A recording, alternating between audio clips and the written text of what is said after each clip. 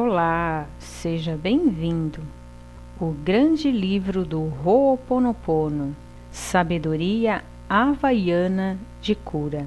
Episódio 11. O Tempo do Sonho. O Tempo do Sonho é um mito importante na cultura dos aborígenes da Austrália.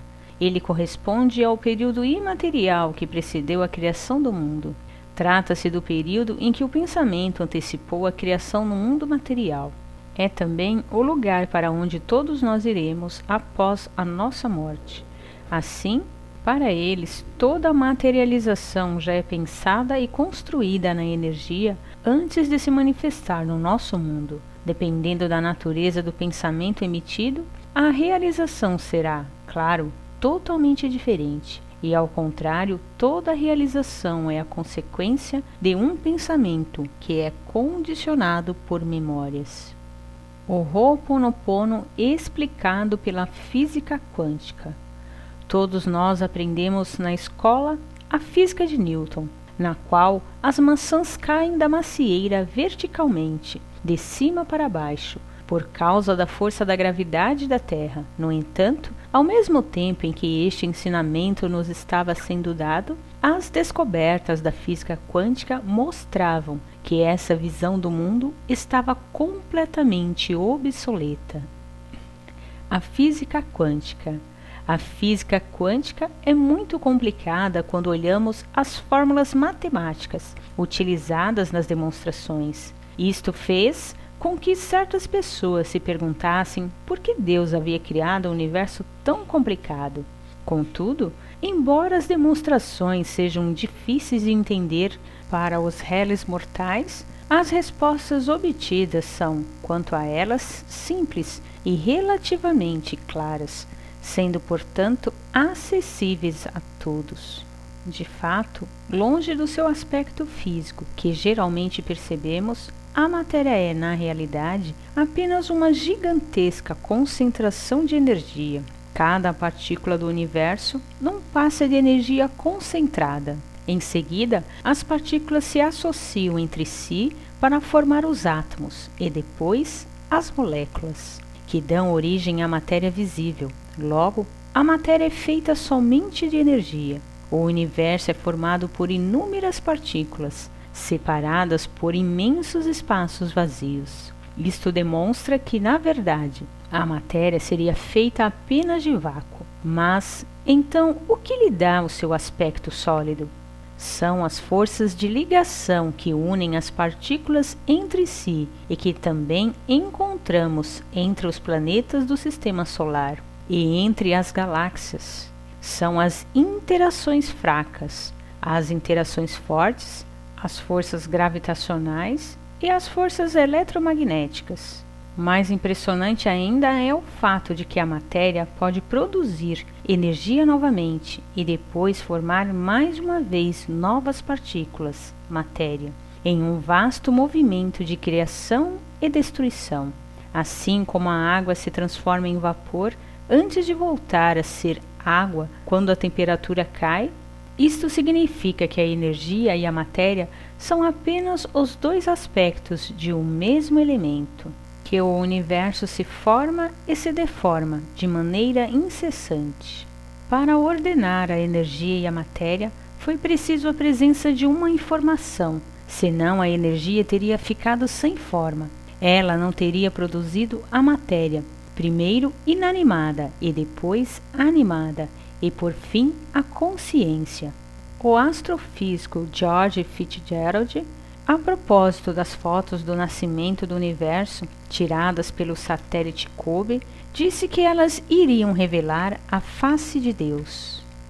Os irmãos Bogdanov mencionam em um livro com o mesmo título a hipótese partilhada por muitos estudiosos, dentre os quais George Fitzgerald, de uma espécie de DNA cósmico, isto é, da presença de uma informação cósmica que organizaria a marcha geral do universo desde o Big Bang.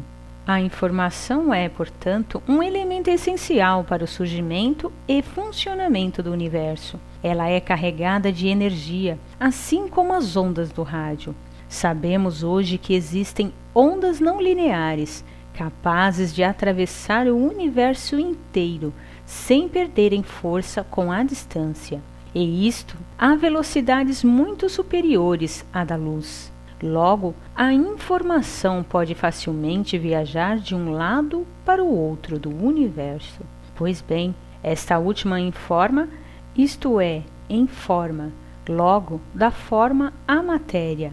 Inversamente, toda forma contém uma informação.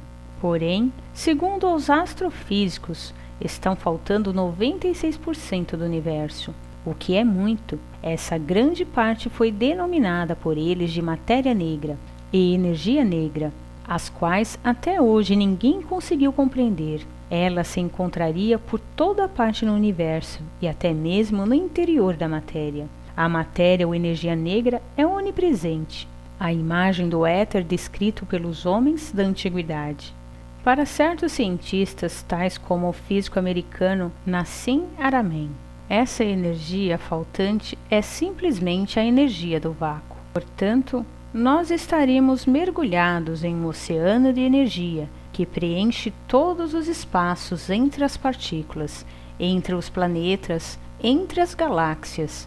Ele consistiria em energia incoerente, ao passo que a matéria, por sua vez, seria energia coerente, mergulhada em um oceano de energia incoerente. A coerência é fornecida à energia pela informação. A energia do vácuo poderia ser a próxima fonte de energia da humanidade. É o que com frequência se chama de energia livre, que estaria à disposição de todos e seria inteiramente gratuita, assim como o engenheiro americano Nikola Tesla já havia sacado há quase um século. O homem energético. O ser humano, fazendo parte do universo, é constituído pelos mesmos ingredientes que ele, matéria, energia e informação. Só que os nomes são diferentes. Fala-se em corpo físico, circulação energética e mente e psiquismo. Isso significa que, por sua constituição, o ser humano é, antes de tudo, energético, como o universo, antes mesmo de ser químico e biológico. No âmbito orgânico, os trabalhos de George Slafkovsky demonstraram que cada célula do corpo é um minicircuito oscilatório que emite e absorve ondas eletromagnéticas em frequências específicas. Mais tarde, foi descoberto que as células se comunicavam entre si e com o ambiente ao redor delas, emitindo luz, fótons. O DNA é ainda mais surpreendente. Na verdade, ele é apenas informação. É ele o verdadeiro centro emissor, receptor da célula, que a coloca em contato permanente com o seu ambiente próximo e distante, isto é, com o mundo quântico que a cerca. Ele também é capaz de agir na matéria, como vimos mais acima no parágrafo dedicado à epigenética. A mente. As experiências com o DNA descritas anteriormente suscitam interesse pela ação da mente na matéria e, portanto, no ambiente. Existem muitas provas de que a mente humana influencia o corpo. Podemos citar, por exemplo, o efeito placebo, o pensamento positivo de Emily Coué e as técnicas de visualização do Dr. Carl Simonton, a hipnose, a sofrologia, sem esquecer os efeitos nefastos do estresse.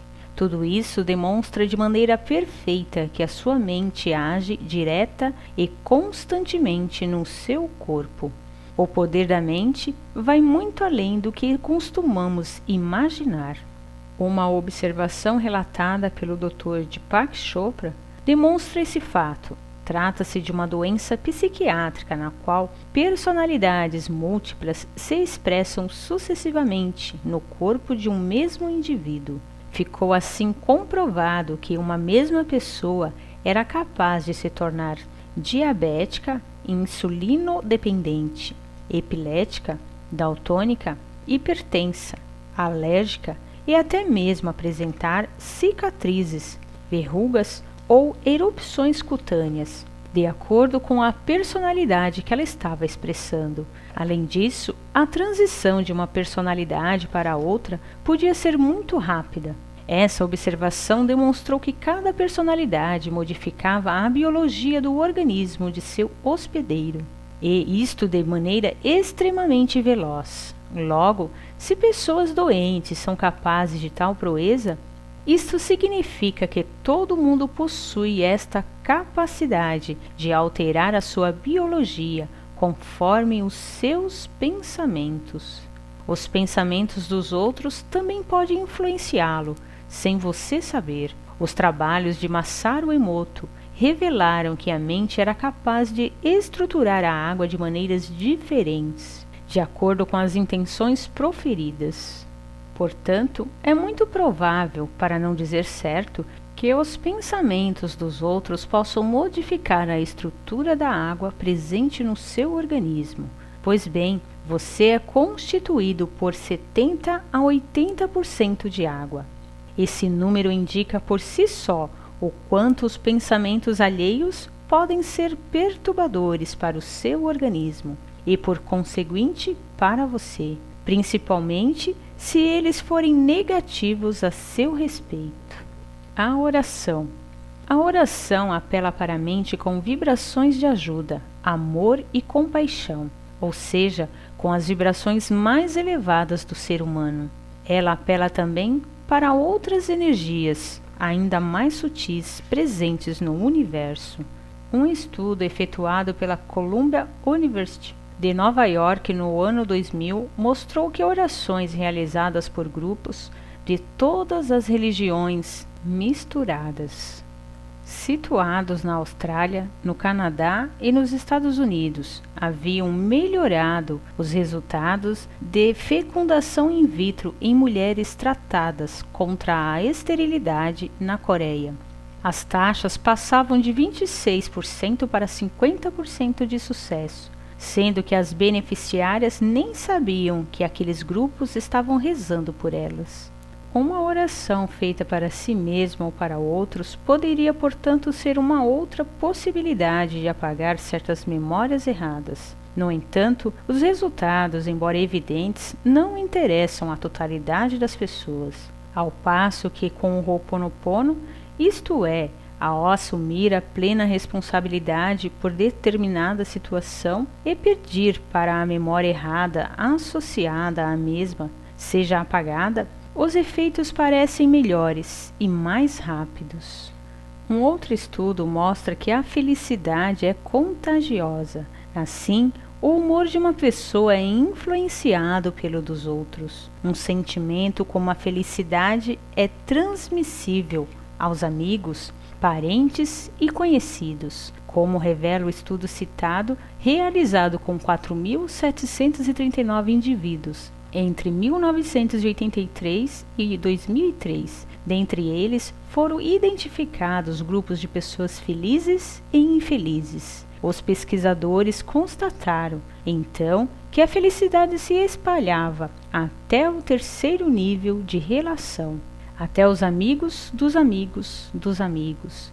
Eles determinaram, inclusive, que se uma pessoa tiver um amigo que resida a menos de 1,6 quilômetros e que tenha alcançado a felicidade, isto aumenta em 25% a probabilidade de ela própria ficar feliz. Resultados semelhantes foram observados entre marido e mulher, irmãos e vizinhos de porta.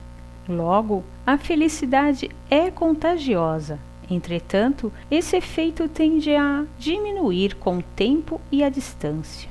Segundo Greg Braden, a ação da mente teria sido igualmente observada no campo magnético terrestre, que se modificou após os acontecimentos de 11 de setembro de 2001. Estes últimos provocaram um violento trauma na mente de muitas pessoas. O choque foi tão potente que todas as energias psíquicas emitidas naquele instante foram capazes de produzir alterações no eletromagnetismo da Terra. Para a engenheira e professora em ciência aerodinâmica russa Marina Popovich, existiria uma interação permanente entre as emoções humanas e o campo eletromagnético da Terra. Os pesquisadores russos teriam assim observado a presença de zonas escuras no campo eletromagnético em lugares onde guerras estavam sendo travadas, como por exemplo no Iraque. Marina Popovici também afirma que os pensamentos emitidos pela humanidade podem influenciar a atividade do Sol. O nosso planeta, por sua vez, teria chegado hoje à saturação. Ele reagiria a isso através de perturbações brutais, sismos, erupções, inundações. A partir do momento em que essas informações forem confirmadas e extrapolando o princípio delas, é muito provável que a influência da mente humana possa ir ainda mais longe. Isto porque as ondas são lineares, podem se transmitir sem perda até o outro extremo do universo. Talvez o bater de asas de uma borboleta em Tóquio seja capaz de provocar uma aurora boreal em um planeta de uma galáxia distante. Vai saber. Assim, o nosso ambiente é constituído apenas de energia, matéria informada. A mente pode agir nele tanto em escala individual quanto planetária, tanto no âmbito microscópico quanto no macroscópico. Ficou fácil entender agora, graças à física quântica, porque esse processo de reconciliação consigo mesmo é capaz de trazer harmonia à sua mente, ao seu corpo e ao seu universo. Se esse vídeo foi útil para você e acha que pode ajudar alguém, compartilha. Gratidão e até o próximo episódio.